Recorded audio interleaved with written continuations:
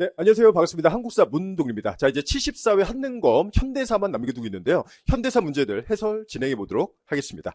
자, 먼저 현대사 문제는 첫 번째가 44번 문제인데 가사건에 대한 설명 옳은 것은 써있죠. 요거 4.3 사건 문제예요.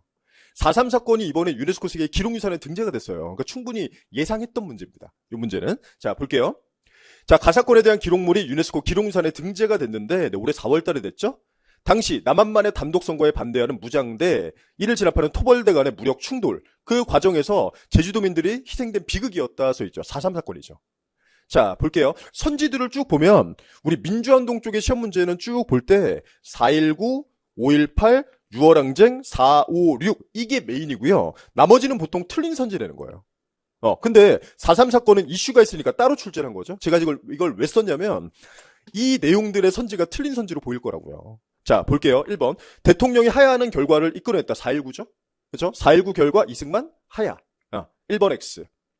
자, 근데 이번에 호원철폐에 나오면, 어디에요? 6월항쟁이죠? 4.13 호원 조치에 대한 반발, 6월항쟁. 호원철폐, 독재타도, 민주헌법 쟁취, 그 결과로 차기 대통령 후보 노태우가 개헌을 약속했네. 직선제 개헌 약속 6.29 선언. 9차 개헌 현행헌법이 쭉 나오겠죠. 그러니까 이 선지들이 틀리게 나와요. 그래서 1번. X, 2번도 X. 통일 주체 국민회 언제 나오죠?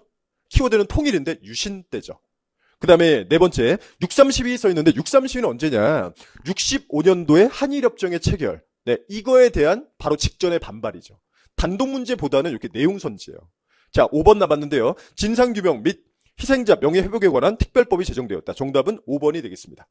자, 이제 두 번째 문제 45번 보겠습니다. 밑줄 친 이 전쟁의 사실 옳은 것은 써있고요.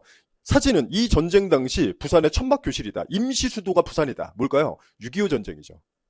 여러분 6.25 전쟁 시험 문제 대부분 한 90%는요. 다음 전쟁 기간 중에 하고 물어봐요. 그럼 이거는 거의 정해진 거예요. 자, 6.25 전쟁의 시작, 그 다음에 끝 할 때 다음 전쟁 기간 동안에 있었던 일을 하면 제일 먼저 제껴야 되는 게 배경이 되는 에치슨 선언 제껴야 돼요. 그렇죠? 그럼 지금 보면은 없네요. 네, 아무튼 있으면 제껴야 돼요. 그 다음에 저기 끝날 때 보면은 휴전협정의 체결로 끝나는데 휴전협정 체결 직전에 반공포로 석방이 있는데 다음 전쟁 기간 중에 하면 반공포로 석방은 정답이에요.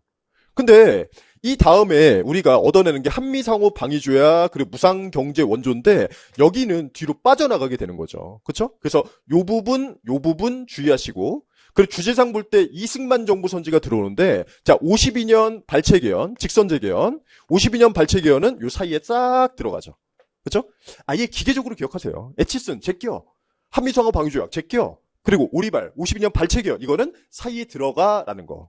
요건 제가 별도 특강으로 6.25 전쟁 따로 제가 짧게 원포인트를 써 올려드릴게요. 자, 1번 발췌개헌이 통계되었다. 네, 맞습니다. 정답은 1번이고요. 발췌개헌. 삼청교육대는 요거는 신군부 과도기 때요. 한미상호 방위조약은 지금 요 뒤로 가니까 틀린 선지죠. 에치슨 제껴, 한미상호 방위조약 역시 제껴라.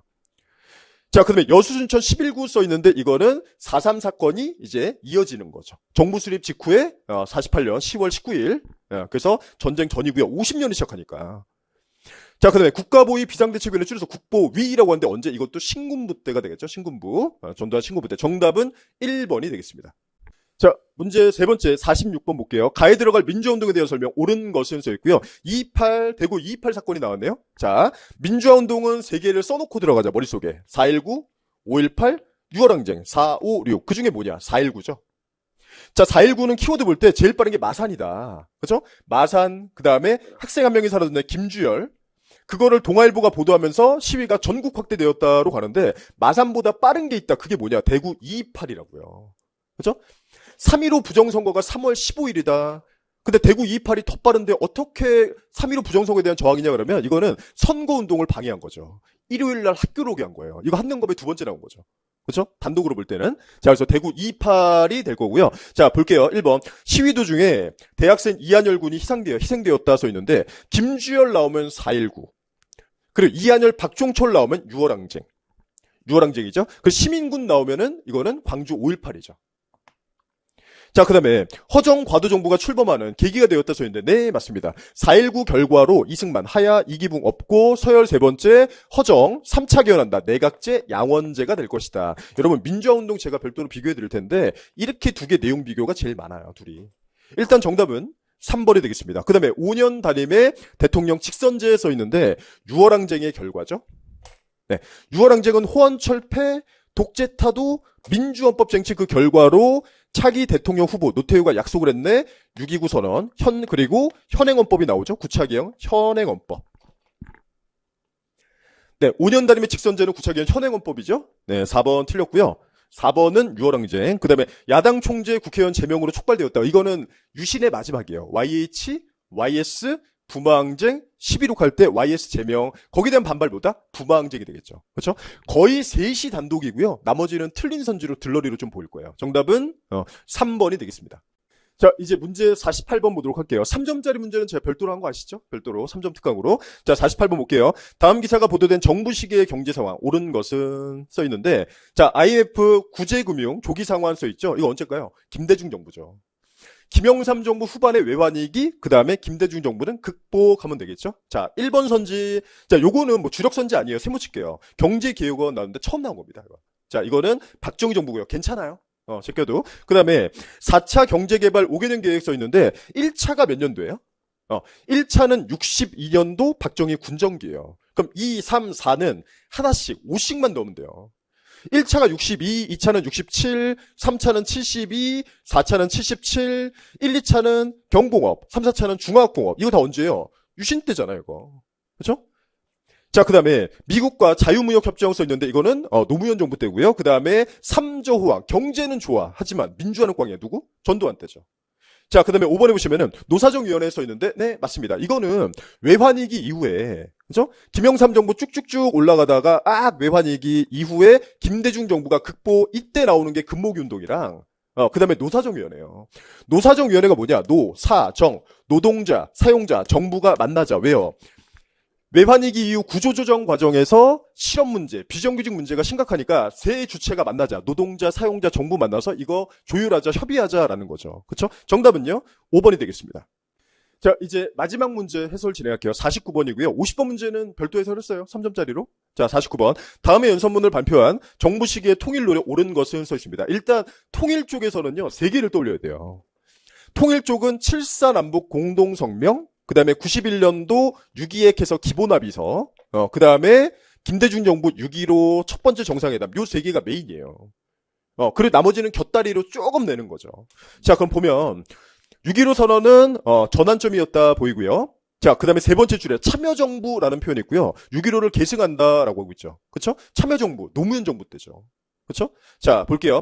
1번, 판문점에서, 여러분, 정상회담 나올 때 첫 번째, 두 번째, 이런 표현이 있고, 판문점에서 라고 할 때 있어요. 판문점에서 하면은 판문점 선언. 네, 요거는 우리 문재인 정부 때죠. 1번, X. 위치 잘 보세요. 1번, X. 자, 그 다음에 남북한이 유엔에 동시가입했다 하면 91년도 노태우 정부 때 6.2핵해서 유엔 동시가입, 이어서 기본합의서, 이어서 한반도 비핵화 선언에서 요거는 노태우 정부 때가 되겠죠. 자, 그 다음에 이산가족 고향방문단 최초하면 아닌 것 같은데 이 사람 때는 누구 때죠? 전두환 때죠. 그렇죠? 자, 그 다음에 평화통일 외교정책 6.23 조금 까다롭게 느껴질 텐데 6.23 선언 같은 경우에는 우리 7.4남북 공동성명 다음에 나오는 거예요. 7.4남북 공동성명 한 다음에 남한은 유신 10월 달에, 북한은 사회지원법을 개정했는데 유신식이 들어가서 통일 얘기를 아예 안 하면 너무 이상하다. 그래서 한마디 해줄까라는 게 바로 6.23 선언 되겠죠. 아무튼 정답과는 관련이 없죠 지금. 자, 그러면 5번 보겠습니다. 개성공단 착공식을, 자, 6.15가 2000년 첫 번째 정상회담이다. 그렇죠? 요거 이후에 경의선, 동해선 연결 사업이나 아니면 개성공단이 나올 텐데 개성공단은 실제 착공은 그 다음 누구 때다? 노무현 정부가 될 것이다 라는 거죠. 결과로 물을 때는 6.15의 결과가 맞아요. 결과로 물을 때는. 근데 실제 착공은 언제냐? 그 다음 노무현 정부가 되는 거죠. 네, 정답은 5번이 되겠습니다. 자, 이렇게 해서 74회 한능검 모든 파트들, 모든 문제를 하나하나 해설을 진행했습니다. 네, 혹시 듣고 나서 궁금한 점 있으시거나 아니면 파트별로 이런 거는 원포인트 레슨이 좀 있었으면 좋겠다라는 분들은 의견을 주세요. 그럼 제가 적극 반영하도록 하겠습니다. 자, 이렇게 74회 해설 마무리하겠습니다. 수고하셨습니다.